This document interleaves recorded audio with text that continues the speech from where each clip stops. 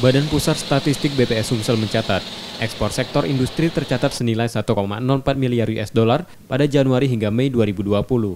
Sementara pada periode yang sama tahun lalu tercatat sebanyak 1,2 miliar US dollar. BPS Sumsel mencatat sektor industri memiliki peranan dominan terhadap kinerja ekspor Sumsel. Besaran pembagian dari sektor ini hingga 72,91% terhadap keseluruhan nilai ekspor Sumsel, sehingga jika turun langsung berpengaruh.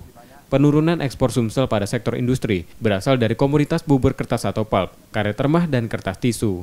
Negara tujuan ekspor karet biasanya ke Amerika Serikat, namun pada bulan Mei ekspor tersebut turun tajam hingga 27,07%.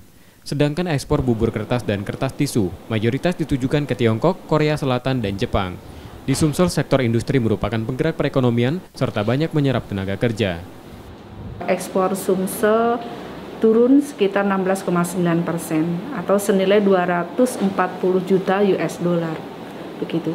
Kemudian ekspor kita terbesar memang masih didominasi oleh ekspor non-migas, ya, ekspor non-migas.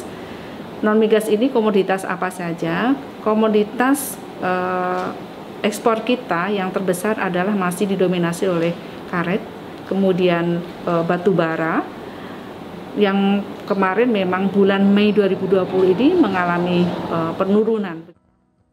Tidak hanya sektor industri yang melorot, kinerja ekspor pertambangan juga turun terdampak pandemi COVID-19. Selama 5 bulan pertama, ekspor komoditas batu bara dan lignit turun 10,27%. Walau kinerja ekspor menurun, BPS mencatat neraca perdagangan Sumsel masih surplus. Di bulan Mei 2020, Sumsel masih surplus 128,89 juta US dollar.